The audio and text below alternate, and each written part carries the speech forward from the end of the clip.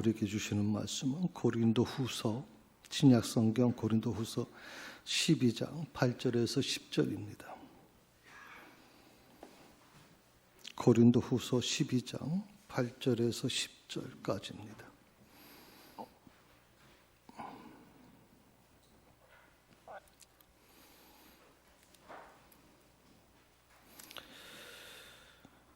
다 찾으셨으면 자리에 일어나셔서 하나님의 말씀을 들으시기 바랍니다.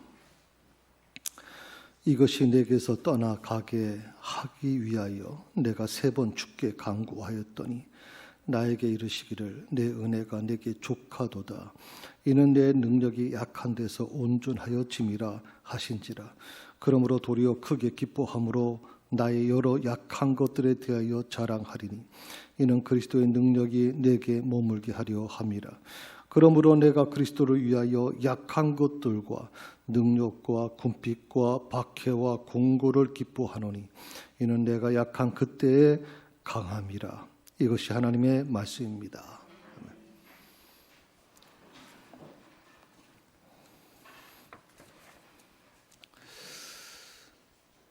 우리 주변을 조금만 좀 둘러보시면 참 어려운 분들이, 어려움을 겪고 있는 분들이 참 많다는 것을 알게 됩니다. 뭐 사정은 조금씩 다르겠지만 사실 많은 사람들이 힘들어하고 있습니다. 제가 전에 어릴 때 자랐던 교회, 제 아버님 교회에서 자랐을 때 제 한 10년 정도 후배가 있습니다. 아주 참 대학도 좋은 대학을 나왔고요. 아주 똑똑합니다. 출판사를 차려서 아주 뭐 한때는 출판사가 잘 돼서 좋은 책들도 많이 발행하고 또 출판사 사장님으로 아주 인정받고 있었습니다. 그런데 뭐 아시는 것처럼 이제 종이로 만든 책들이 점점 어려워지기 시작하고 또 이제 코로나까지 겹치면서 이 출판사가 이제 명맥만 유지될 뿐 거의 수익성이 없게끔 됐어요. 그래서 이 후배 집사님이신데 후배가 결과적으로는 이제 무슨 택배라든지 다른 일을 하게 됩니다. 투잡을 하게 돼요. 그렇게 해서 이제 생계를 유지해 나갑니다. 페이스북에 참 힘들다는 것을 몇 번 얘기합니다. 너무 힘들어서 죽고 싶다. 내가 신앙인으로서 이렇게 살면 안 되는데 너무 힘들어서 못 견디겠다. 뭐 이런 얘기들이 쭉 올라옵니다. 그래서 제가 한 번은 그 후배한테 그 페이스북에 글을 남겼습니다. 그래서 오늘 설교의 내용, 물론 오늘 설교 전체는 아니고요. 일부 내용은 그 후배에게 보내줬던 내용의 일부가 담겨져 있습니다. 정말 이 어려움을 겪고 있는 사람에게 정말 필요한 게 뭘까? 목사로서 늘 그 부분에 대해서 하나님께 기도합니다. 어려움을 당한 사람에게 예수님 말씀하신 것처럼 그냥 편안하게 또 따뜻한 곳에서 주무십시오. 아니면 식사를 하십시오라고 입으로 얘기한다는 게 무슨 의미가 있는가? 그런 궁핍한 사람에게 도움을 줘야 될 거 아니냐라고 하는 예수님께서도 말씀하고 계시는데, 그래서 이 부분에 대해서 제가 이 후배에 대한 부분도 마음이 있었고, 어떻게 하는 것이 과연 이 어려움을 당한 사람에게 그들의 그 필요를 나눌 수 있을까 하다가 이제 기도하는 중에 이 코로나 확진자에게 우리가 이 구호품을 보내기로 그렇게 결정했고, 이 구호품을 지금 우리가 보내게 됐죠. 사실 교회 재정도 많이 어려웠지만 그럼에도 불구하고 교회가 존재하는 이유가 바로 저는 그거라고 생각했기 때문에 사람을 살리는 곳에 더 먼저 써야 된다고 생각을 했어요. 그래서 특히 저희 감사한 것은 저희 교회는 어떤 이런 하드웨어적인 것, 건물에 관련된 것은 가급적이면 돈을 안 쓰려고 노력을 해왔어요. 그래서 사람을 살리는 곳에 돈을 쓰자 하는 것이 저희 교회 안에 모토가 됐었는데, 사실 어려운 사람들, 어려움을 겪고 있는 사람에게 정말 필요한 것이 뭐냐라고 물을 때 대부분의 사람들이 그렇게 생각을 합니다. 어려움에서 벗어나는 거 아니겠습니까? 예를 들어서 질병을 앓고 있는 사람은 질병에서 노임을 받는 게 필요한 것일 거고, 가난한 사람들은 그 가난에서 벗어나는 게 필요한 것일 거고, 또 과거의 상처를 안고 살아가는 사람에게는 그 상처를 싸매주는 것이 필요하지 않겠습니까? 보통 우리는 그렇게 얘기를 하고 그렇게 생각하고 있습니다. 그런데 우리가 살아가면서 바위와 같은 감당하기 힘든 장애물을 만났을 때 우리가 어떻게 해야 되는가 하는 것입니다. 내 힘으로는 도저히 건널 수 없을 것 같은. 제가 제 후배의 정말 제가 글로만 읽었습니다만은 정말 거긴 겨운 정말 눈물 없이는 볼 수 없는 글들이 거기 기록되어 있었거든요. 도저히 어떻게 해결할 수 없는, 자기 힘으로는 감당할 수 없는, 출판사 사장에서 하루아침에 그렇게 전락하는 자신의 모습이 너무 초라하고 감당을 못하겠다라고 하는 이 고백 속에서 이런 장애물을 어떻게 극복할 수 있을까? 저는 이 두 가지 방법이 있다고 생각을 했어요. 첫 번째가 바위를 피하는 방법이에요. 바위를 없애는 건 굉장히 어렵겠죠? 이 없앤다라고 하는 것은 제가 보기엔 굉장히 좀 힘든 부분이고요. 대부분 우리가 할 수 있는 게 뭐냐면 바위를 피하는 방법입니다. 고난, 장애물을 피해가는 거죠. 우리가 이 상담 심리학에서도 보면 우리가 이제 회피라고 하는 게 존재해요. 회피. 어떤 문제가 왔을 때 고난이란 내가 감당할 수 없는 문제를 부딪히게 되면 우리는 그걸 숨어버려요. 회피해버리는 거예요. 많은 사람들이 그렇게 살아와요. 그런데 그게 문제를 해결할 수 있는 것이냐?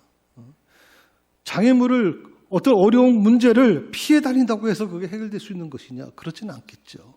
그것은 끊임없이 우리 삶 속에 어떻게 보면 계속 연결될 수밖에 없는 것이기 때문에 그렇습니다. 두 번째가 뭐냐면 그 장애물, 바위를 덮어버리는 겁니다. 저는 이걸 뭐라고 표현하냐면 하나님의 은혜라고 그렇게 얘기했어요. 하나님의 은혜. 그 바위라고 하는 내 삶에 힘들게 찾아오고 있는 이 고난, 시련을 덮어버릴 수 있는, 그것을 이길 수 있는 길은 덮어버리는 것이다. 요즘에 그런 제품들이 좀 나와요. 상처가 나면 붙이는 게 있어요. 붙여버리면 그 자체에서 살균도 시켜주고 또 치료도 해주는 그런 부분들이 있어요. 덮어버린다. 우리 삶 속에 이런 것들이 저는 굉장히 중요하다고 생각해요. 덮어버리는 이 과정이 굉장히 중요하다고 생각하거든요. 한 가지 예를 좀 들면 중국 기독교의 아주 가정교회라, 중국은 가정교회가 대단하죠. 이 가정교회의 대표적인 영적 지도자를 얘기하라면 워치만 리라고 하는 분을 보통 얘기해요. 이분의 신학에 대해서 너무 신령한 분이다 보니까 이분의 신학에 대한 부분에 있어서 조금 우리 한국에서도 조금 문제가 있다고 얘기하는 분도 있어요. 왜냐하면 이분이 어느 정도까지였냐면 감옥에 갇혀 있었는데 감옥에서 하나님께 기도하는 중에 감옥의 문이 열려가지고 거기 있는 모든 죄수들이 못 봤어요. 이분이 나가는 걸. 그래서 중국 공산당이 아주 충격을 받을 정도로 대단한 분이에요. 이분은 사도 바울이 했던 모든 것들을 지금 중국에서 했던 분이고 중국의 기독교의 기초를 만든 분이 바로 이분이에요. 워치만 리라고 하는. 그리고 이분이 쓴 책이 굉장히 많은 사람들에게, 목회자들한테까지 감동을 주는 그런 책이었거든요. 특별히 이분에게 있는 것 중에 하나가 뭐냐면 이제 치유의 역사예요. 은사입니다.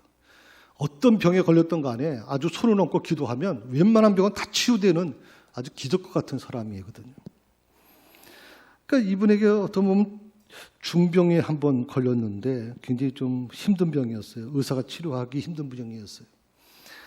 본인이 보통 다른 성도들을 고쳐주고 치유해 왔으니까 하나님께 고쳐달라고 기도를 했어요. 하나님 빨리 좀 제 병을 고쳐주세요. 주님의 일을 위해서 제 병이 빨리 나야 일을 할 것 같습니다. 도와달라고 기도했어요. 그런데 하나님의 응답이 뭐라고 왔냐면 내 은혜가 내게 족하다라고 하는 오늘 고린도후서 12장에 있는 말씀이 온 거예요. 사도 바울에게 하신 말씀. 내 은혜가 내게 족하다.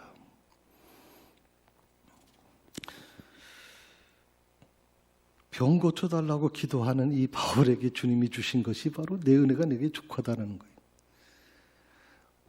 몸에 있는 이 질환이, 몸에 있는 이 질병이 사도 바울이 선교하는데 굉장히 걸림돌이 되고 사도 바울의 어떤 그런 어떤 반대하는 사람들이 하나의 어떤 조롱거리가 되니까 하나님의 복음을 전하는데 방해가 되니까 좀 고쳐달라고 하는 겁니다.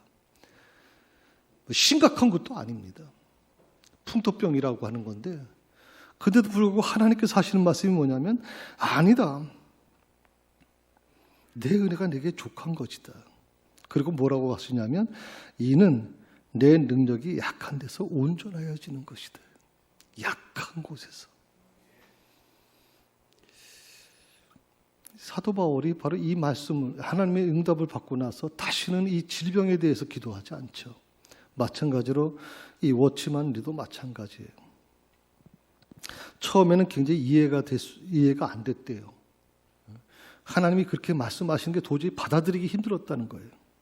그래서 하루 종일 엎드려 하나님께 기도하고 씨름하는 중에 그가 잠이 들어요. 그리고 자면서 꿈을 꾸게 돼요. 그 꿈의 내용이 그 책에 기록한 내용입니다. 거기에 이렇게 그 꿈에 대해서 얘기해 줍니다. 배를 타고 강을 건너게 되었다. 그런데 엄청나게 큰 바위가 그 강에서 갑자기 솟아올라가지고 내가 타고 가던 배를 가로막았다. 피할 수가 없다. 앞으로 나갈 수가 없었다. 그래서 나는 하나님께 이렇게 기도를 드렸다. 하나님, 빨리 저 바위를 없애주세요. 하나님, 저 바위를 없애주세요. 나는 이 바위가 사라질 거라고 조금도 의심 없이 믿었다.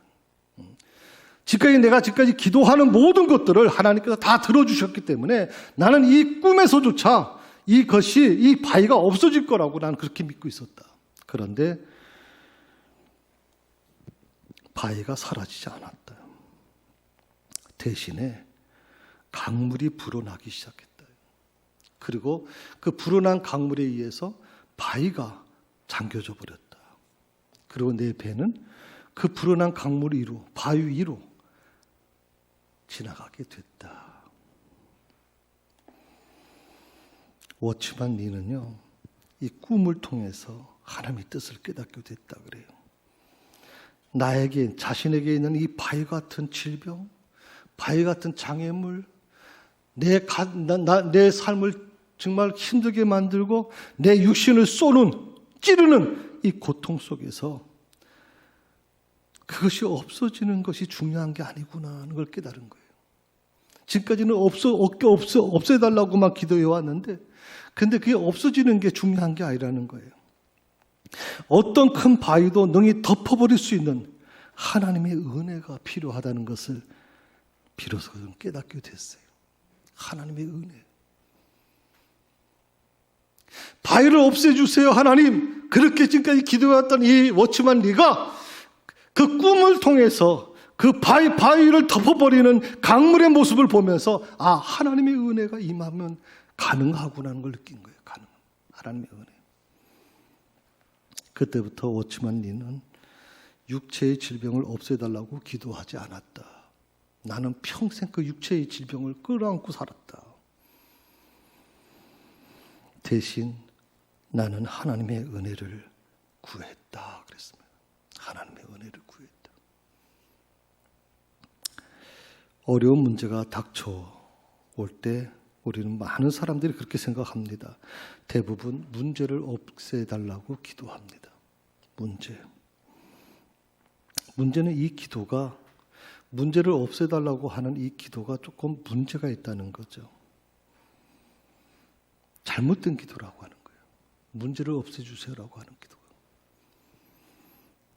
그래서 이제부터는 오늘 이 설교 말씀을 들은 이 순간부터는 문제를 없애달라고 하는 기도를 좀 멈추셨으면 좋겠어요. 멈췄으면 좋겠어요. 대신에 모든 것을 능히 이길 수 있는 하나님의 은혜를 달라고 기도하셔야 돼요. 모든 문제를, 내가 감당할 수 없는 이 바위와 같은, 거대한 바위와 같은 문제를 덮어버릴 수 있는 그런 은혜를 제게 주십시오. 지난 2년간 코로나19 확산으로 인해서 우리는 말할 수 없이 고통을 겪었습니다. 교회도 고통을 겪었습니다. 자영업자들도 정말 고통스러운 기간을 보냈고, 지난번에도 말씀드렸지만 우리 교회 같은 경우는 거의 10,000개의 교회가 사라졌습니다. 사라지지 않은, 그래도 유지할 수 있는 교회 같은 경우에는 목사님들이 투잡하고 수리자까지 하고 사모님들이 생업 일선에 뛰어들면서 어떻게든지 이 어려움을 견뎌내야 된다고 해서 목사님들이 그렇게 하시는 분들이 계세요. 제가 오늘 아침에 잠깐 그 인터넷을 좀 검색하다가 그걸 봤어요. 김성주 아나운서 있잖아요. 그분이 목사 아들이죠. 시골교회 목사 아들입니다. 너무 어릴 때 길이 너무 가난해서 나는 죽어도 목사 되지 않을 것이다라고 생각했고, 이렇게 찌질하게 살고 싶지 않다고 생각을 했다. 근데 그 아버지의 마지막 모습, 마지막 그 아들에게 남긴 편지를 보고서 그가 막 펑펑 우는 모습을 봐요.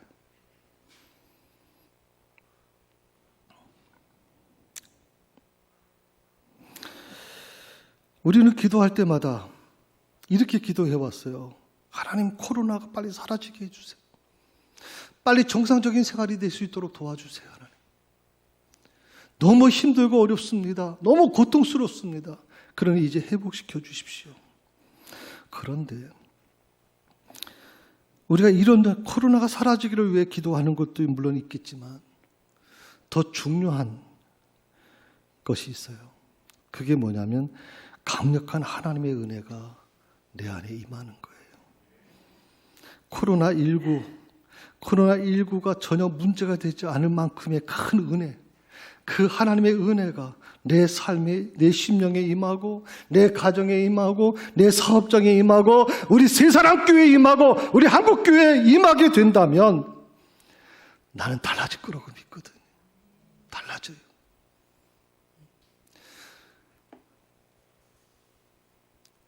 전 지금까지 2년, 거의 3년 가까이를 코로나와 싸우면서 저는 그런 힘들 때가 많았잖아요. 영상 예배를 드릴 때도 있었고, 정말 교인 없이 예배를 드릴 때도 있었고, 수없이 힘든 일이 존재하고 있었잖아요.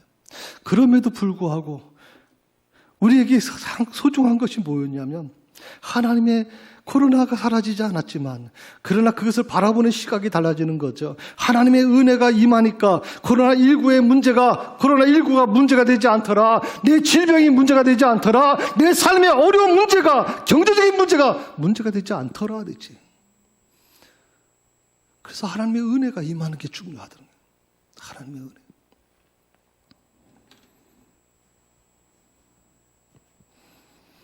하나님의 은혜가 임하게 되면요, 주님이 나와 함께 계시는 것이 정말 믿어져요. 정말 믿어진다. 하나님이 나와 함께 계시는 게 믿어지는 거예요.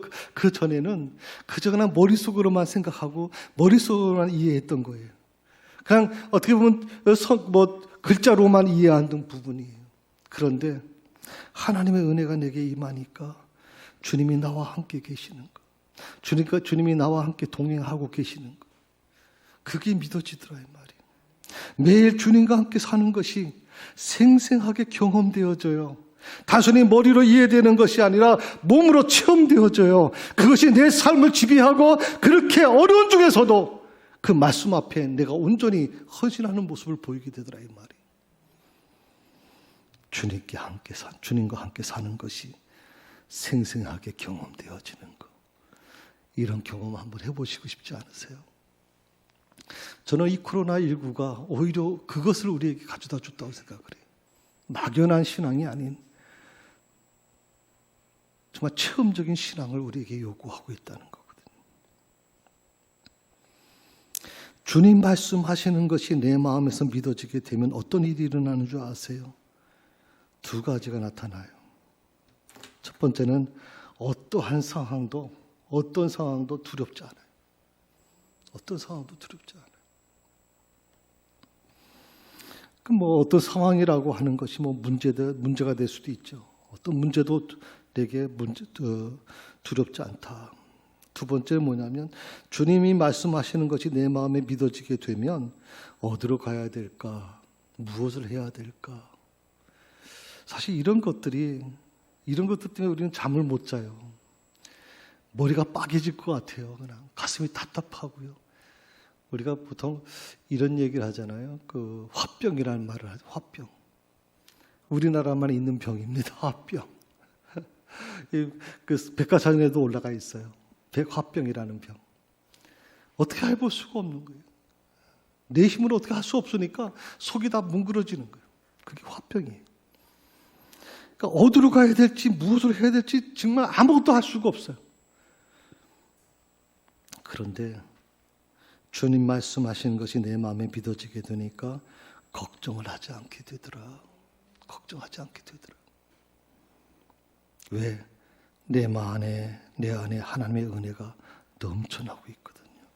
내 안에서 나를 괴롭혔던 그 거대한 바위를 하나님의 은혜로 덮어버리는 거예요. 문제는 사라지지 않았어요.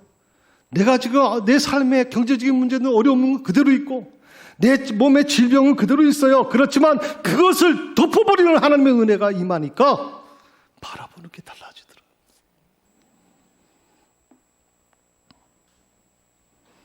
하나님의 뜻을 알고 나면요, 부끄럽게 생각되던 여러 가지 내 삶의 연약한 것들이 오히려 자랑스럽게 느껴져요. 주님의 은혜가 넘치게 되니까 실패도 자랑스럽고, 그리고 약함도 자랑스럽고, 고난도 자랑스러워져요. 이게 오늘 사도 바울이 고백한 거예요. 사도 바울이. 10절의 말씀에 보면 이런 말씀을 하십니다.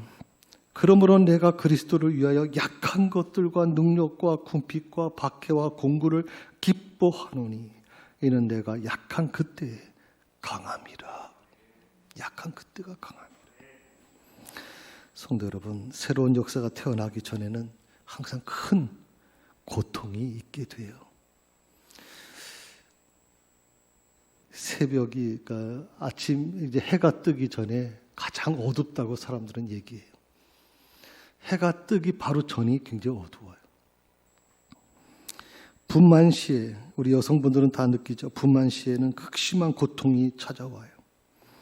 어떤 계시나 약속이 현실로 나타나기 직전에는 가장 큰 고통을 우리가 만나게 돼요. 그런데 마지막 이 극심한 진통이 진통을 견뎌내면 어떤 일이 일어날까요? 과연 어떤 일이 일어날까요? 생명을 얻게 되는 거예요. 목숨과 바꿀 정도로 정말 극심한 그 진통과 싸우면서 그것을 견뎌내게 되면 놀랍게도 생명, 아주 존귀한 생명을 얻게 되는 거예요. 그래서 우리는 그 고통과 싸워낼 진통을 이겨낼 수 있는 것이라고 생각해요. 고치 한번 보시겠어요? 사진 한번 보시겠어요? 예. 나비가 고치에서 나오는 과정입니다. 이건 나비의 사진이기도 하지만 모든 생물이 그렇습니다. 병아리가 처음에 그 달걀 껍데기를 깨고 이제 나올 때, 우리가 처음에 보던 아주 뽀송뽀송한 아주 예쁜 그런 병아리가 아닙니다. 정말 온 몸이 다 물에 젖어버려서 고개도 들지 못할 정도로 막 그런 상태에서 그 껍질을 깨고 나옵니다. 그걸 바라보는 사람은요, 제가 어느 프로를 보면서 농사 하시는 분인데 이분이 그걸 쳐다보면서 한없이 애처로워하는 모습을 봤어요. 그 혼자 그걸 깨고 나오는 그 병아리의 모습을 보면서. 마찬가지입니다. 우리는 이 나비와 같이 화려한 모습을 생각합니다만은 이 나비가 이 고치를 뚫고 나올 때 이 화려한 모습이 나오기 전에 고치 안에서 그는 목숨을 걸고 생명을 걸고 싸워요. 생명이라고 하는 게 그만큼 소중한 거예요. 살기 위해서 고통당하지만 그러나 그 고통을 이겨내고 그 아픔을 이겨냈을 때 상상할 수 없는 생명이 기다리고 있는 거예요. 생명. 사람들은요, 약한 것보다는 강한 것을 더 추구해요. 어쩌면 우리가 사는 이 세상의 원리가 그래요. 그것은 어떻게 보면 인간의 본성이기도 해요. 사람은 누가 가르쳐주지 않아도 무조건 강한 것, 더 높은 것, 그것을 추구하고 살아가게 돼 있거든요. 그런데 하나님은 어떨까요? 세상의 원리는 그런데 하나님은 어떨까요? 성경에 보게 되면요, 하나님이 쓰시는 사람들을 한번 보세요, 여러분. 하나같이 약한 사람들이. 물론 하나님이 쓰신 사람 중에 모세와 같은 사람이 있어요. 근데 그 모세가 애고의 왕궁에서 왕자로서 최고의 그 교육을 받고 그리고 최고의 권력, 이집트의 두 번째 서열을 갖고 있는 권력을 쥐고 있었지만 하나님은 어떻게 하십니까? 그를 맨 밑바닥으로 추락시켜버려요. 살인자라는 그런 어떤 멍에를 안고 그런 미대한 강야로 나가서 40년 동안 이름 없는 양치기 목동으로 살 수밖에 없었어요. 애굽의 왕자의 신분에서 하루아침에 이름도 없는 목동의 신분으로 전락하게 돼요. 그리고 나서야 하나님은 모세를 쓰세요. 하나님은 강한 것들을 약한 것으로 바꿔서 사용하시는 분이에요. 그러니까 이 말씀은 뭐냐면 내 힘이 강할 때 내 능력이 내가 갖고 있는 것이 충분할 때 하나님은 절대 쓰시지 않는다는 뜻이. 하나님은 내 힘이 강하게 되면 모든 일을 중단시키세요. 그리고 발휘하지 못하게 하세요. 그래서 저는 여러분에게 이렇게 말씀드리고 싶어요. 하나님 앞에 강한 척하지 마세요, 여러분. 전 성도들을 이렇게 만나다 보면 강한 척 하시는 분들이 있어요. 강한 척. 하나님 앞에서 강한 척 하지 마세요. 그건 세상의 방법이지. 세상에서 하는 방법이지 하나님 앞에서 강한 척 하지 마세요. 그거는 굉장히 어리석은 신앙의 모습이에요. 오히려 겸손하셔야 돼요. 그리고 더 낮아지셔야 돼요. 그래야 하나님이 이런 사람을 들어 쓰시는 거예요.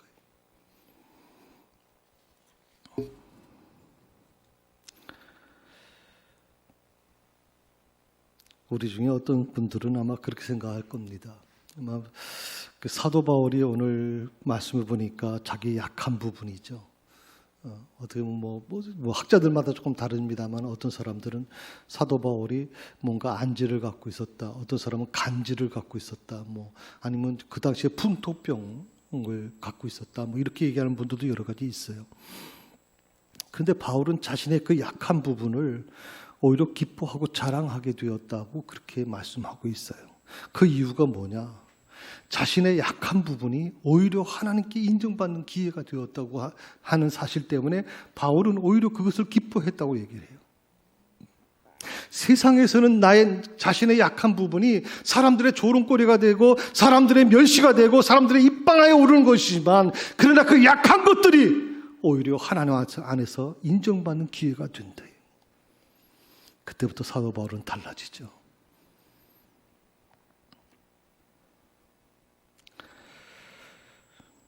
우리 중에 어떤 사람들은 외모 컴플렉스 때문에 힘들어하는 분들이 있어요. 저도 지금까지 한 번도 외모 컴플렉스에 걸려본 적이 없었거든요. 그래도 백인문 목사가 아주 못생긴 건 아니니까. 근데 요즘에 그 수요 공부를 이제 녹화를 하잖아요. 녹화를 해가지고 핸드폰으로 볼 땐 몰랐어요. 그런데 이게 뭐 큰 TV에서 유튜브로 보니까 아니 내 얼굴이 왜 이렇게 흑검이가 이렇게 많나? 또 저는 어릴 때 눈썹을 다쳤어요. 그래서 눈썹이 한 3분의 1이나 절반 정도 없어요. 양쪽이 모두. 그러다 보니까 눈썹이 없는 게 다 드러나요. 내가 그래서 사모가 이제 뭐 눈썹을 좀 하자고 하는 얘기도 하고 있고 나름대로 흑검이 없애는 방법도 좀 연구하고 있어요. 그런데 뭐 저는 이런 건 뭐 시술이나 이런 걸 별로 안 좋아해서 그런데 사실 외모 컴플렉스가 우리가 사는 이 시대는요 굉장히 심각해요. 젊은이들 외모 컴플렉스에 한번 빠져버리면 굉장히 어떤 좌절감을 느끼고 힘들게 살아갈 수밖에 없어요. 그다음에 또 학력 컴플렉스라는 게 있어요. 어떤 자기 타이틀에 학력에 대한 부분이 나오면 학력이 약한 부분들은 굉장히 컴플렉스가 돼서 힘들게 살아요. 우리 사회가 많이 달라졌다 그래도 아무래도 이 학력 컴플렉스가 조금씩 문제가 일어나죠. 이번에 그 윤석열 당선인이 그 장관을 임명하는 과정에서 너무 서울대 중심으로 하는 거 아니냐, 뭐 이런 비판도 좀 일어나고 있습니다만은 글쎄 유능하다라고 하는 개념에서 우리는 항상 그 학력 컴플렉스에 딱 걸려 있어요. 또 성격 컴플렉스 때문에 힘들어하는 사람이 있어요. 사람을 대하고 사람을 만나는 걸 힘들어하는 분들이 있어요. 이런 약한 모습을 갖고 우리가 살아갈 수밖에 없는 거죠. 그런데 이 외모 컴플렉스나 학력 컴플렉스나 성격 컴플렉스 같은 이 약한 모습들이 이 세상에는 분명히 약한 모습들인데 그런데 이런 약한 모습들이 하나님께 인정받게 되면 어떻게 되는 것인가? 하나님은 이런 것들을 우리에게 어떻게 만들어 가실 것일까? 오히려 그 약한 모습들이 하나님 앞에서는 오히려 자랑거리가 될 수 있다는 거예요. 하나님 앞에서는 오히려 자랑거리가 될 수 있다. 그래서 찬송가 450장 3절에 보면 이런 가사가 있어요. 불같은 시험 많으나 겁내지 맙시다. 구주의 걷는 그 신이 이기고 남겠네. 불같은 시험 많으나 겁내지 맙시다. 구주의 권능 크시니 이기고 남겠네. 성도 여러분, 약할 때가 강할 때입니다. 강한 척하지 마십시오. 그건 여러분 더 힘듭니다. 이 세상의 원리로 살아갈 것입니까? 아니면 하나님의 원리대로 살아갈 것입니까? 하나님은 우리가 강한 척하기를 원하시지 않으십니다. 세상에선 약한 모습이 될지 모르지만 그런데 하나님은 그 약한 모습에 있는 나를 들어 쓰시려고 하신단 말이에요. 그러므로 하나님께 나의 약함을 그대로 고백하십시오. 저는 세 가지 기도를 여러분에게 부탁을 드립니다. 첫 번째가 뭐냐면 나의 약한 것들이 하나님을 위한 약함이 되게 해 주세요.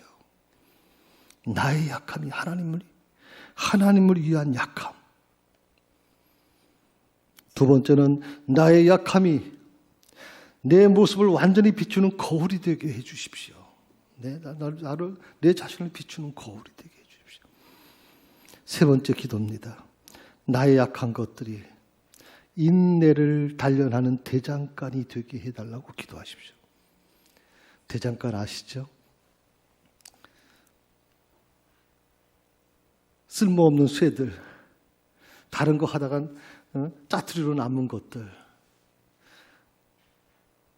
다 어떻게 보면 오래돼서 녹슬고 보는 것도 별로 좋게 보이지 않는 그런 쇠붙이들, 그런 것들을 전부 다 대장간 안에 그 풀무불 속에 집어넣으면 어떻게 돼요? 다 사라지고 순수한 철물이 만들어져요. 그래서 어떻게 보면 인내를 단련하는 대장간이 되게 달라고 기도하셔야 돼요. 내 약한 것들이 하나님 내 인내를 단련하는 기간이 되게 해주십시오. 인내를. 지금은 정말 힘들고 어려울 때입니다. 이럴 때 내가 할 일이 뭘까요? 하나님께서 나를 이끄시는 대로, 하나님께서 내 가정을 이끄시는 대로 잠잠히 그분을 바라보고 그분을 따라가는 거예요. 내가 할 수 있는 건 그거예요. 내가 할 일은 머릿속에 그런 어떤 경험과 지식 가지고 뭘 해보려고 하지 마시고 하나님이 나를 이끌으시는 게 있을 거예요. 이스라엘 백성들을 이끄신 것처럼, 때로는 구름 기둥으로 때로는 불 기둥으로 그들을 보호하셨던 것처럼, 이스라엘 백성들은 잘 몰랐어요. 그런데 그것을 지켜보는 주변의 모든 민족들, 모든 족속들이 이스라엘은 하나님이 지켜주심을 보게 되었거든요. 그러니까 하나님이 인도하시는 대로, 이끄시는 대로 따라가는 것이 필요해요. 지금은 사방이 막힌 것처럼 보일 겁니다. 그러나 믿음으로 영안이 열리게 되면 우리는 보게 될 것입니다. 하나님께서 나를 위해서 새로운 길을 열어 가신다는 것을 보게 될 거예요. 나를 위해서.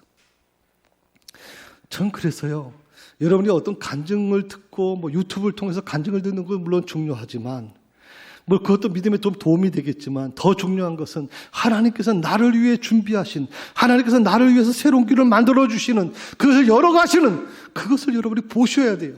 그것을 경험하셔야 되고, 그것을 체험하셔야 되는 거예요. 남이 축복받는 것이 중요한 것이 아니에요. 내가 하나님 앞에 가서, 내가 하나님으로부터 그 응답을 받아야 되는 거예요. 저는 이것을 우리가 영안이 열려서 좀 볼 수 있기를 바랍니다. 영안이 열려야 돼요. 영안이. 아무리 얘기해도 무슨 말인지 모를 거예요. 영안이 열리지 않으면 여러분 그것을 볼 수가 없다고요.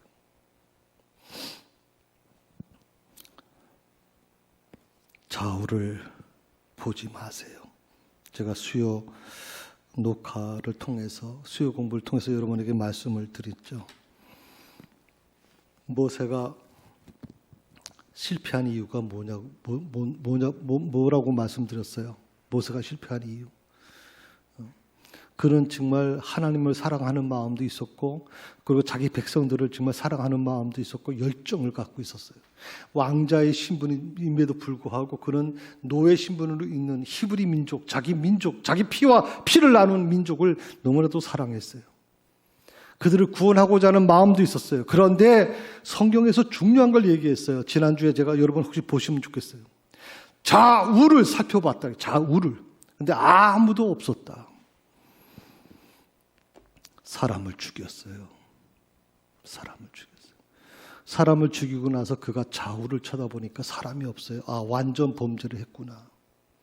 그런데 중요한 게 뭐예요? 하나님을 잊어버린 거예요. 하나님을 봐야 될 그가 하나님을 보지 않고 좌우를 봤어요. 사람이 없다는 거, 환경을 보기 시작한 거예요.